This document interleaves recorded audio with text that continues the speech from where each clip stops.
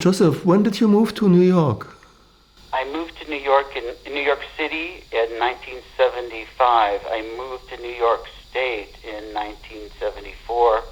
I was going to Cornell University, and then I didn't like it there. I switched to Columbia University at 1975, and I moved to what was called Tribeca, just beginning to be called Tribeca there, and lived quite close to the Mud Club, and I started to work for Lamont Young, who lived and worked on Church Street, 5 minutes from my storefront, which originally was the music store by Joe Jones, the Fluxus artist Joe Jones. He had a store. I didn't know this at the time. I found out later. And he had one of his little machines. He had this kind of music machines, these repetitive music machines. He had one in the window, and he had John and Yoko did a performance in his space because he produced their Yoko's album Fly.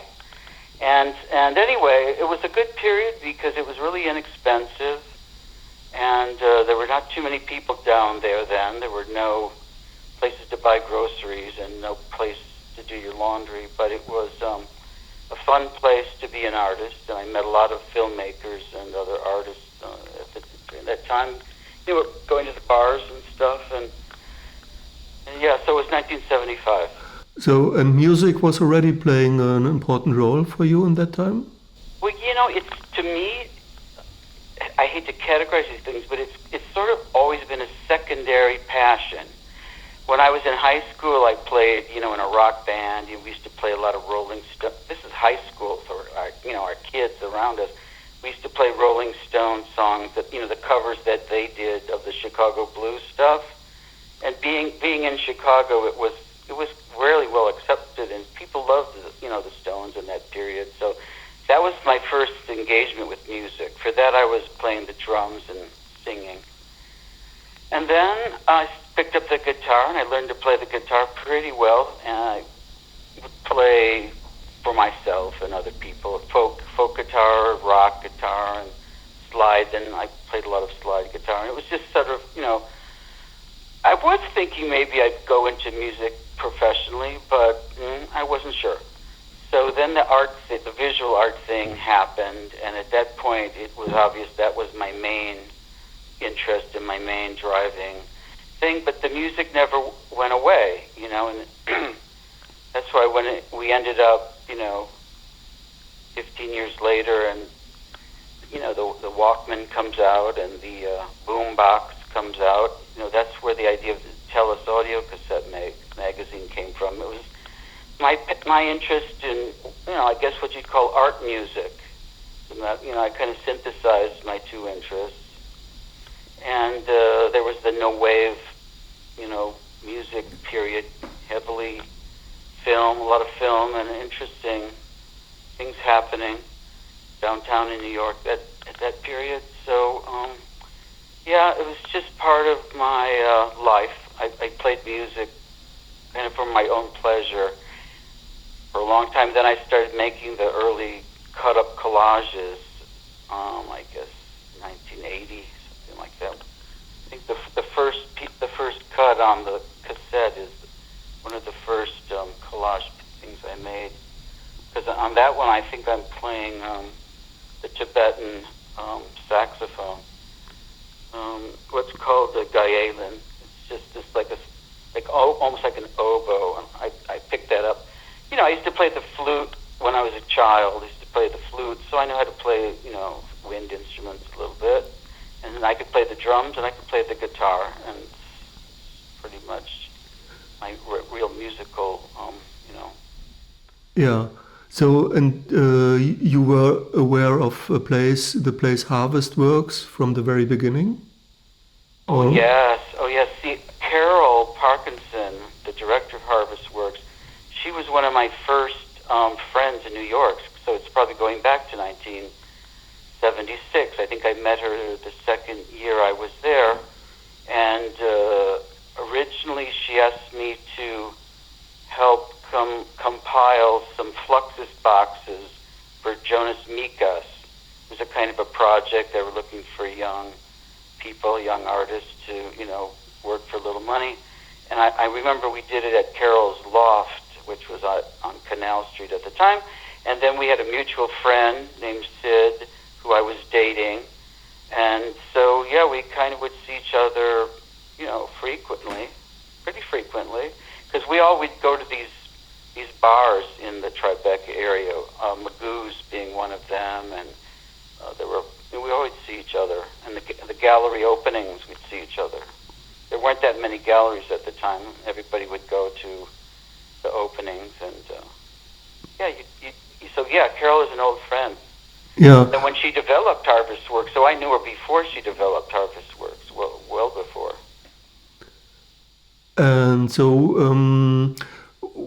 what was the initial impulse for a place like Harvest Works?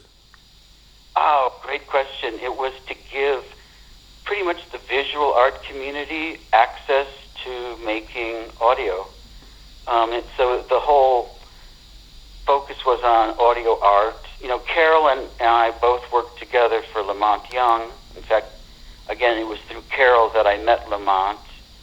I remember the day perfectly because it was the death of George Machunas, and Lamont was, telling me about, kind of, in very, I won't say emotional, but, you could tell it was very important for him, and he was telling me, about his relationship with George and Fluxus, and I was there to do something manual, I don't remember what, move boxes or something, and then at the end of the conversation, he asked me to be his archivist and go through all these boxes and catalog them and preserve them, and it was one of the first Dia Art Foundation funding projects for the artists they were supporting, and Lamont and Marion and Pandit Pranath were all part of that. So, audio art, I think, and sort of, avant-garde music. I don't know what expressions are pertinent anymore, but experimental music. What I call, I'm really interested in noise music. That's what I wrote my book more or less about, and how it applies to visual art and philosophy. So the focus was on giving visual artists, access to tools and the studio engineering, and for projects that some of them might have been to support soundtrack for a video. There's all kinds of applications. So it was a general community-based, nonprofit organization to help artists create. So it were people who were like hanging out with each other, also outside of Harvest Works, in the bars or in the galleries, like you said? Well, with Harvest Works specifically? I don't know how close Harvest Works and Telus are related. They're one and the same practically. We were sponsored by Harvest Works, which was first of all, Harvest Works was first called PASS, which meant Public Access Studio, Sound Studio, I believe. And Harvest Works grew out of PASS, and that was a synthesizer studio, again, to give artists access to computers, to new instruments and the synthesizers. And some of my tracks on my cassette, the Selected Soundworks, I made there when it was still called PASS. So that's the 84, 85, 86, 87 years. And then then Harvest Works developed out of PASS. And the Telus Audiocassette magazine became a sub-project of Harvest Works.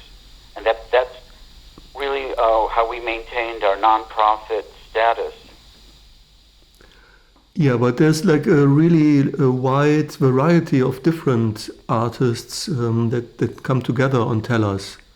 I find that really amazing. That is true, but there were, first of all, 3 of us editing, executive editing. We would also invite outside editors like Barbara Moore did the Fluxus issue, for example. She's an expert in Fluxus. Why not ask her to do that editorial selectivity?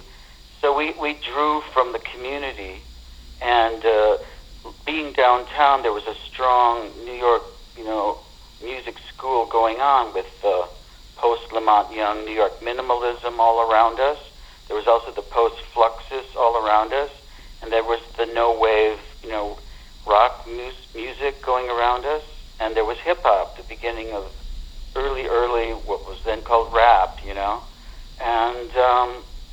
and other things, sound poetry and traditions of electronic music. It was pretty jazz, free jazz, and many other influences that were very vibrant downtown at that period. And probably, have been pretty well documented. Yeah.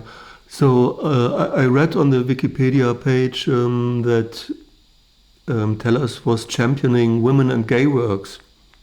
Is this something I don't know who wrote that, of course, but that would be true, but overstating it. I mean, we just didn't think about it, to be honest. Anybody could come in. We had no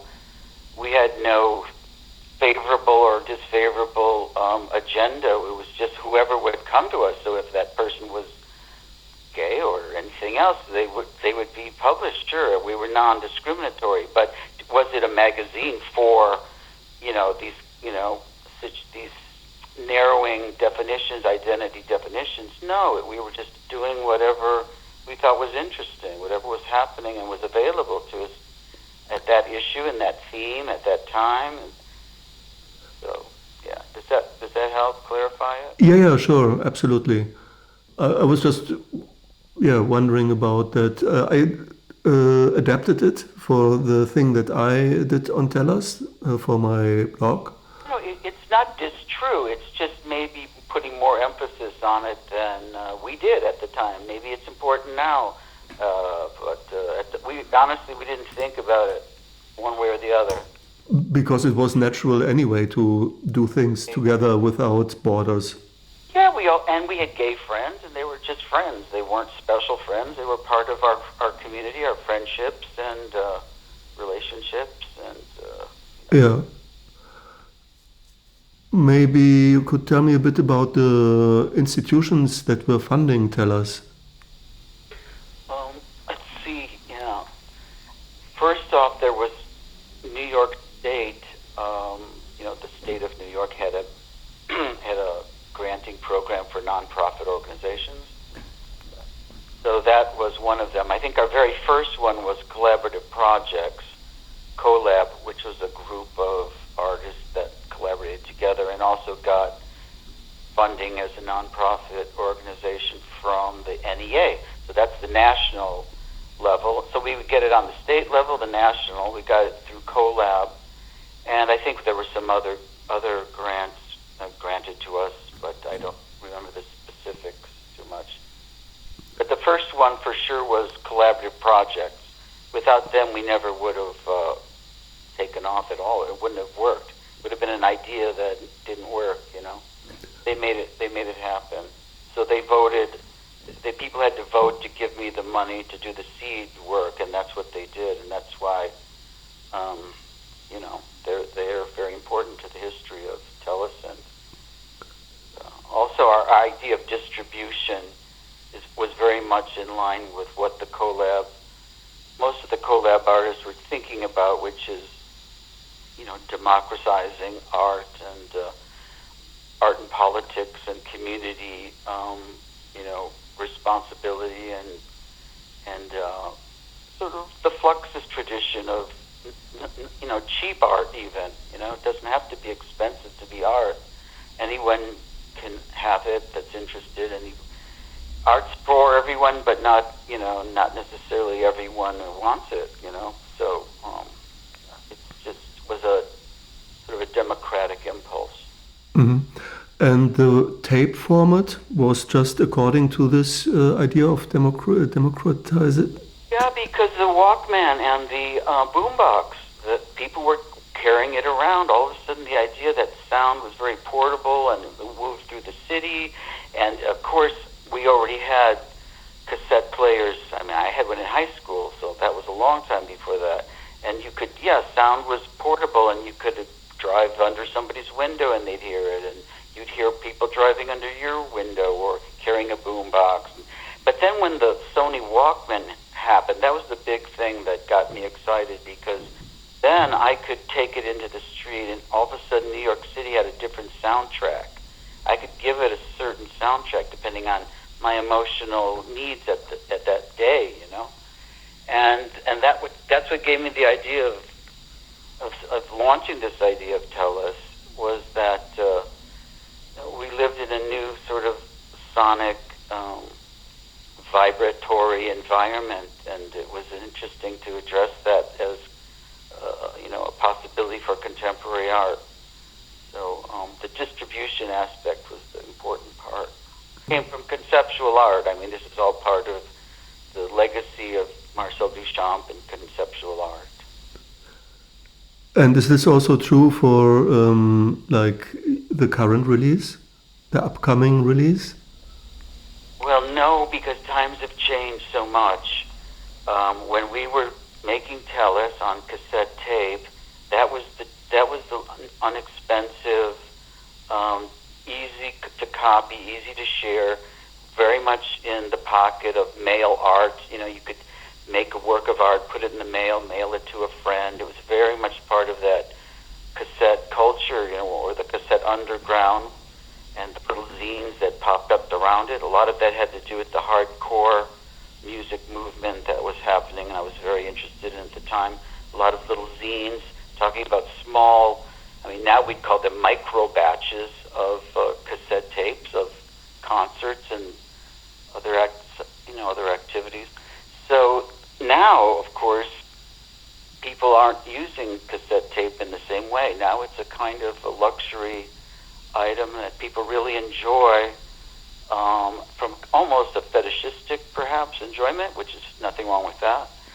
And it's a whole different medium, you know. So what was the criteria for you to make a tape release in 2021? Originally, it was to be this material, Selected Soundworks, was to be released on vinyl. The publisher I'm working with in Chicago, Pentiments, usually publishes vinyl by, again, sound artists, experimental, avant-gardists, and stuff like that. But when I gave him the master tape of my selected pieces, he pointed out that I had, with the plunderphonics parts of it, that he thinks that it wouldn't have passed through the actual pressing process, that there's material, you know, in terms of copyright violation, that is on the cassette that wouldn't have made it onto vinyl. So he suggested we, instead of a record, publish it as a cassette. Number one, it has consistency with the original format of the pieces that I was making then. You know, that began in 1981 and went through 83. That was the year that I founded Telus, and up through the 80s until, you know, my most recent pieces, which was last year. And so we made a selection, and then, so the format had to do with practical reasons concerning copyright considerations and plunderphonic, you know, aesthetics. And then it was consistent with the concept. So I said, definitely, let's do it. I mean, I'm also releasing some vinyls of the new work that don't have any of those plunderphonic complexities. So that's why we did it. But of course, it's going to be online. It's going to be sold on Bandcamp. So you have an object, a sort of, you know, it's a beautiful cassette. I am holding one. We did a wonderful layout, and I think it's a very beautiful object. And otherwise, it exists. It's going to be sold and exist on Bandcamp, and anyone around the world can download it track by track, and inexpensively, like the Telus project, you know, was out to do. So it's not either or. It's both. It's both analog, a concrete thing, and a virtual electronic thing. So it's right along with my philosophy of virtuality, that we're living in a period where we're blending the virtual with the actual in a very complicated and interesting and wonderful and dangerous way. It's sort of where the action is. And it's still ongoing. Yeah, it's very much ongoing. It's just growing all the time. Yeah, so you were just mentioning the plunderphonic pieces that you were working on in the early days. And I think you were like pioneering plunderphonics. Yes, I didn't know I was doing that, but yeah, I've heard that elsewhere, yes. So what was your conceptual idea concerning plunderphonics? Probably had to do with my passion for Dada and collage and musique concrète. You know, I was already working at Le Mans. I was getting exposed to a lot of interesting audio material in the late 70s. I think I started to work for Le Mans in 1977 up to 82, something like that. And so, you know, I was well aware of, you know, experimental music done by John Cage and the school of, you know, Fluxus. And so that, I guess that would be the conceptual background. And I think it's when I got the machine and was able to manipulate it and start to record and cut and mix myself, which I guess started in 81, or at least I made the first piece that I published as a piece was 81. So, yeah, sort of a applied sonic collage approach. And you did it on a synthesizer?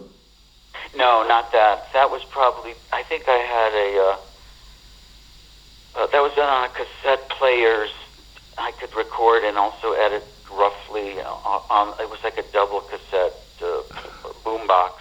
Okay, I somewhat got the idea that from the liner notes, but maybe I'm wrong that you did also plunderphonic. Wait a minute, some of that, I'm still talking about the first one, Crown of Thorns, where I cut in you know, there's a little snippet of Bogart talking, you know, and there's like little snippets interfering with the Tibetan gayeling, you know, the saxophone I mentioned previous. Mm-hmm.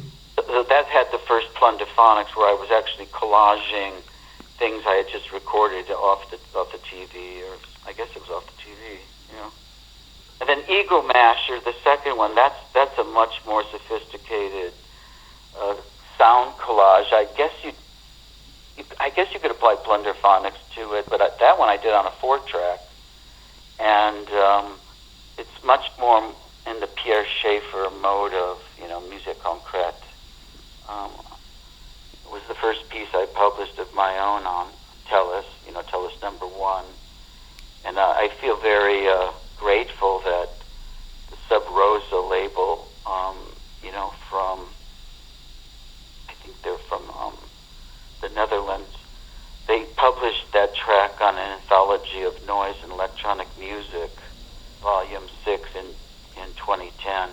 So that's going to be preserved as a beautiful, you know, art anthology. And after that, I think I still was doing them on the 4-track. Let's see, I think the first experiment with Pass, I'm looking at the notes now to be precise. The first one was the tape I made called Reckless. So that wasn't until 1984. So I started working at Pass on with the synthesizer in 1984. Yes, Reckless, it's very plunderphonic. And yeah, I did that at Public Access Studio at Harvest Works in 1984. There's actually 2 excerpts from that work on the selected Soundwork cassette. And then after that, there's quite a few more done at Pass, yes. Mm-hmm. That's a synthesizer. So the synthesizer comes in at 84. Were you using synthesizers before? No. I think I was just, you know, it had just sort of come into the public availability. And no, I was learning how to use it right then. I mean, I had fooled around on a piano before, and electric organ a little bit, but no, I hadn't really done too much before that. So you like this idea of DIY, the DIY approach is very important for you, is that right?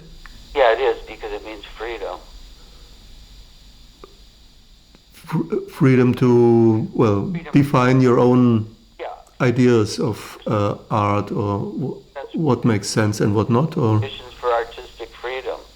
But sure, it's also nice to get support. But if you do it yourself, you have total freedom. You're uninhibited. And that was the spirit around at the time in general, right? Well, yeah, it was the punk. That's the punk attitude. Just do it. You're not supposed to think about it too much. Want to do something, you just do it. And you do it yourself. You don't wait for someone to help you do it. Magazines were done this way, and music was made this way, and art was made, and different approaches to art was made. I mean, the idea of thinking, what can I do to make my audience happy? Like, that would be the last thought you'd ever have. It was to do what you thought what needed to be done in terms of what you were feeling in the culture and what needed to be expressed, and the politics and the philosophy and all the complexity behind a cultural moment. And a place to, well, celebrate those ideas, was that the ABC No Rio? Totally, yes, of course. Of course. The other thing that ABC No Rio had that was different was we were setting up a community space, yes, for every kind of expression in a predominantly Dominican neighborhood. This is where I was living also. And a lot of us were living, Kiki Smith and Walter Robinson, and all of us were living in this Lower East Side, which was, at the time, it originally was a strong Jewish immigrant neighborhood. And when we arrived in the early 80s, it was a Hispanic neighborhood, primarily Dominicans. And there was a lot of drugs and poverty and prostitution and other things that kept the rents very, very low. But we were very sensitive to being in a community of Hispanic people. And so that's why one of the reasons we kept the sign ABC No Rio, because that was part of the original sign of the store that we were offered after the real estate show, performance demonstration, where Joseph Boys played a very key role in getting us noticed. And ABC No Rio, so it had a kind of community and a kind of non-white consciousness attached to it that we had hoped would be more, energized than it was. I mean, as a matter of fact, not a lot of the people we invited or would hope would come from the Hispanic community. Very few of them actually took advantage of the sort of open door opportunity we had there. So at one point, was the Colab people used it, and we sort of passed it down to other generations. And the people behind us were more interested in performance art, Kemra Fowler, and the groups of performance and dance. And then from there, it evolved into sort of a hardcore music venue, with but keeping zines and other activities going. And so it changed, it evolved over the turns of the generations. But originally, yes, it was to be a place to do it yourself, to have no censorship, no controlling necessities, really. Because we didn't have to pay the rent that was given to us from the city as a result of the real estate show. And so it was a place of expression and freedom, and cooperation and community. Mm-hmm. And I would like to get to know something about the After Hour Club that you... Oh, that was short-lived. That lasted about 2 months. That was a project I did with Bradley Eros, who's still a good friend of mine, and also a marvelous sound artist, collagist, filmmaker. And it was just following the Speed Trials, which was a music festival at White Columns, where I did some art to sort of make an ambiance for the thing with David Vonarovich. And after that festival, which was organized by, hold on, what's his name? Live Skull, anyway, the Live Skull play members, there's a no wave group called Live Skull, a very good noise music band. He organized that. Immediately after that, so that was called, there was sort of this idea of speed in that festival. So I wanted the thing to continue. So we opened up this after hours speed club at ABC No Rio, and it was meant to be a place to drink and hang out and get high, but also we were playing audio music and some sort of hardcore stuff, but it was mostly Bradley's and my sound collages. I think some of them is on the Selected Soundworks tape that we're releasing this year, the ones that I did. But other people, we had guest performances. I remember Christian Markley gave a wonderful performance, and a few other of the artists that appeared on Telus. But it was just for 2 months. It was during the summer, and we would, I think, open at 1 o'clock, so at 2 o'clock, something like that. After the clubs were closing, people could still come and hang out. I mean, there were other places to do that. Save the Robots was not too far from us, and all, never closing after hour. Very cool place to hang out.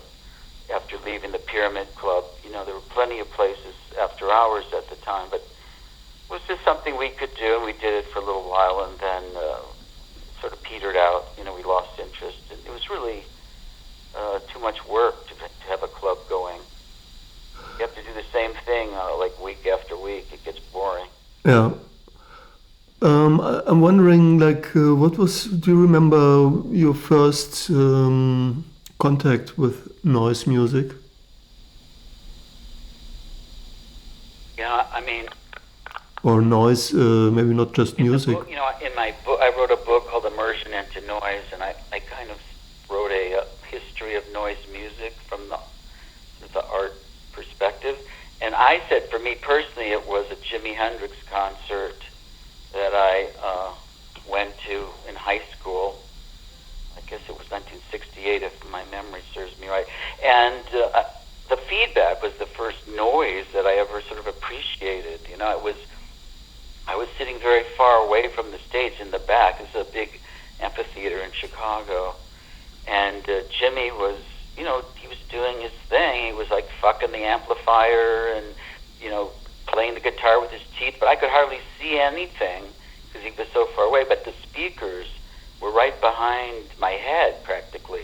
So it was intense noise. And I kind of had to get used to it, and I liked it. So I'd say for me, that was my first exposure to noise music.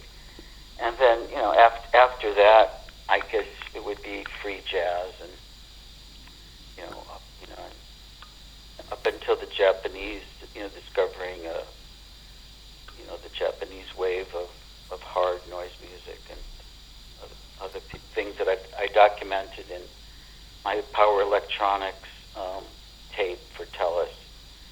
I tried to kind of capture what I was coming involved with, particularly Minoi, who I put on on one of my tapes, and ended up writing a book about, very interesting, underknown noise collage artist from California, and Punctum Books, which also published my book of poetry. They published the book I edited and wrote a lot about Minoi. He was sort of the king of the cassette underground during the 80s, mid-80s. He was very well known, but his music was so weird, and it was very challenging. I found it very exciting and very good, very, very good. Technically done, very good.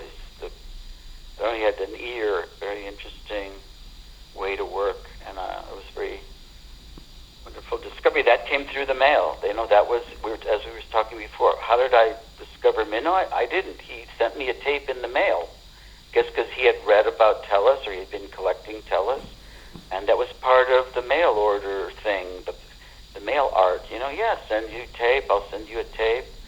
So it came in my mailbox, and I put it on, and it blew my mind. And I said I knew I wanted to publish him, and I just had to wait for the right opportunity to do that, which I did. And then he passed away, and his archive went to a mutual friend of mine, PBK, a fantastic composer, noise artist. And so he had the archive, and together we put together a sample of Minoy's audio pieces, many of them that had never been published before, and that was accompanied by this little book that I edited, but mostly wrote 2 essays in it. So, but it really goes back to the futurism, and once you learn sort of to look back as well as left and right, you can find a lot of interesting examples. John Cage, of course, being one of them, the radio work he did. Yeah. The interesting thing about Telus is one of the interesting thing about Telus is the many different artistic and musical styles it connected. And on your tape, the selected works, there's this snippet that you made for a Telus Party at the Paradise Garage. And the Paradise Garage was a disco and house club, right? It certainly was, with an excellent sound system. What was amazing about Paradise Garage was they put speakers underneath the floor, so you would literally vibrate to the pumping music. It was a great place to dance. And they also had a kind of like a little side gallery, exhibition space.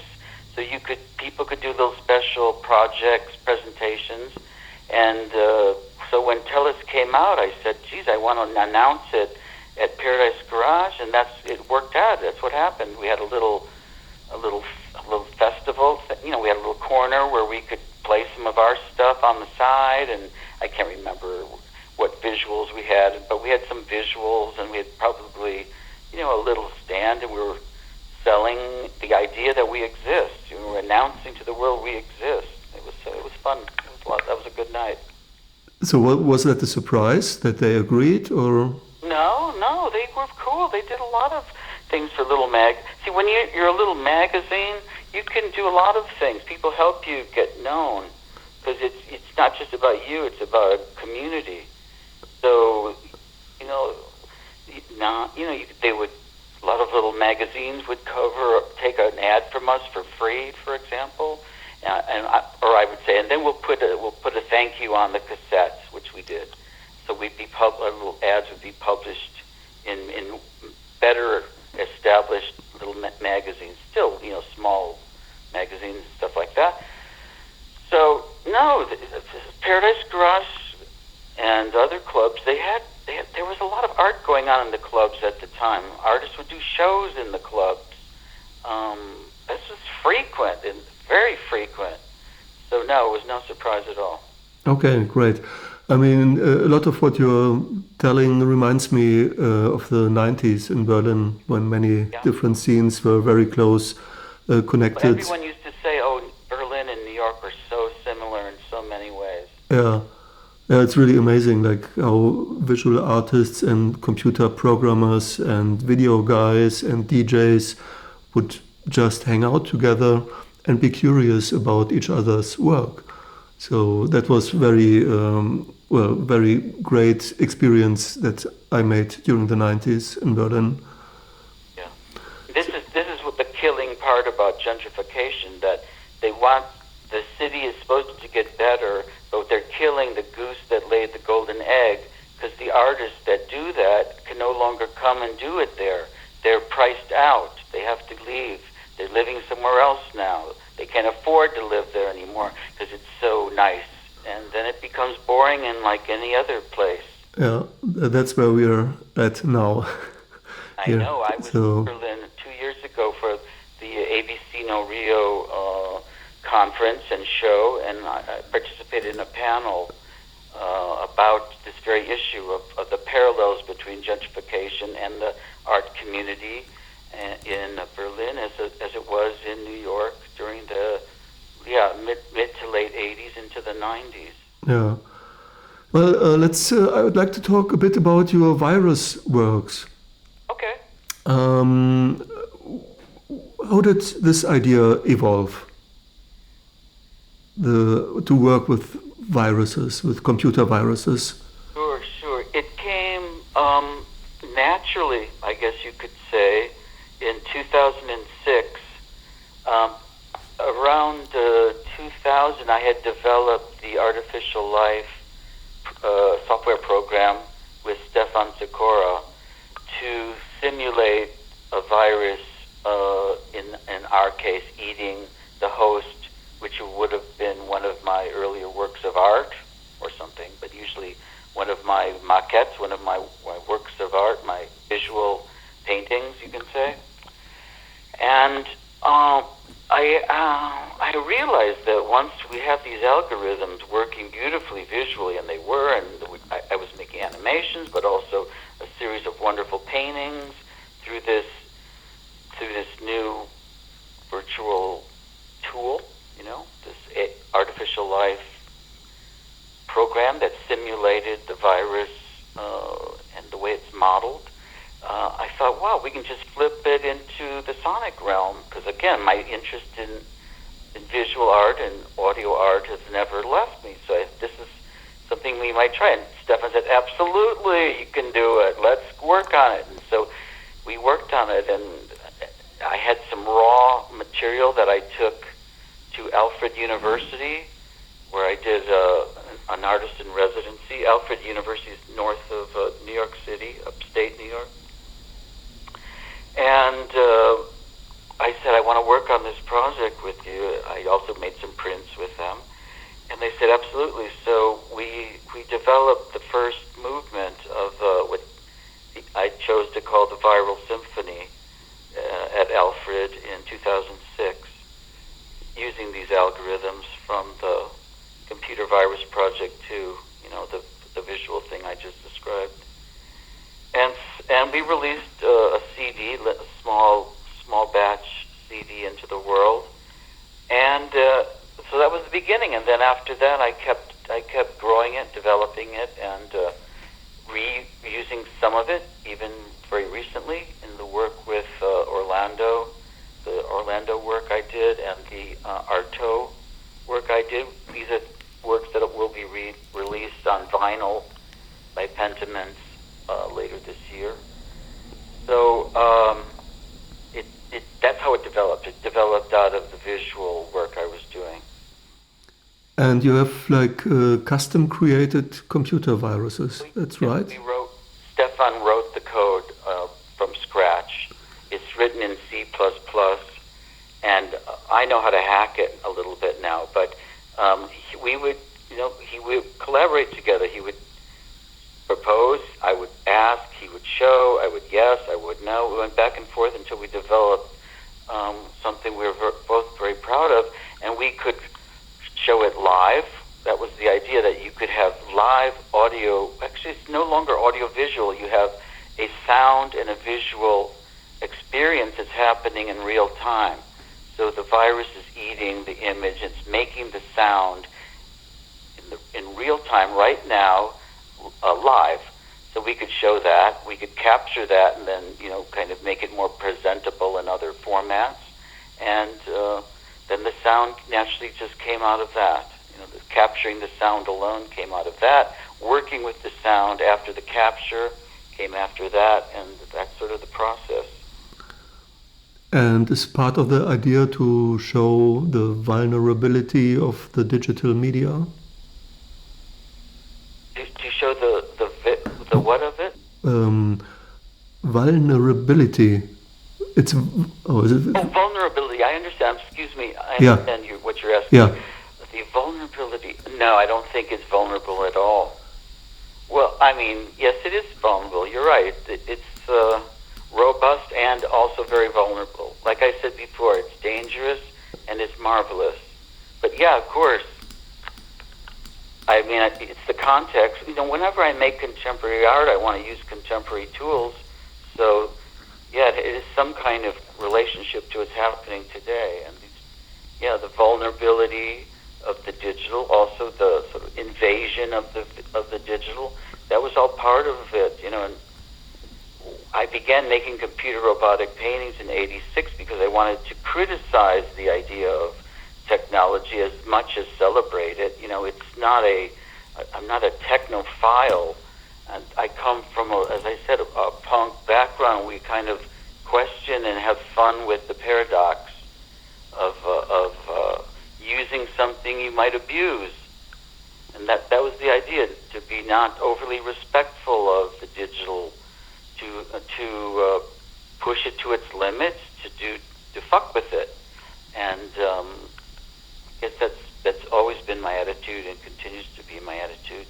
So yeah, I guess it shows the vulnerability of it and also the viability of it. I think digital is a very strong medium in that it can be stored and transferred and shared so robustly. Yeah, I think so. Like, I'm thinking about my archive where I put all the music that I have into the computer. Yes. Not because I don't like records or tapes or CDs, but it gives me I have a new perspective on music, and I can bring music together that was never meant to be brought together. And this is only possible, like in this, with this many music, the digital format is like really enabling for me. But of course, we share the same appreciation. I don't have a cassette player. I don't have a record player, and I don't know that I would desire one. I am so in love with the digital format for music, like you are, because of the vast amounts of it I have now been able to enjoy and to mix and to share. It's just for me, I'm no way post digital. I love the digital for that, particularly in electronics music. I mean, sure, when you're talking about art objects, it's a more complicated situation, but for sound, I love the digital. I don't miss the little hiss of the cassette tape, or I don't miss the scratches on the vinyl record. I grew up with that, and I know what that is to have only that. And sure, I agree with you that I don't know, the freedom and the availability we have through the digital is quite amazing.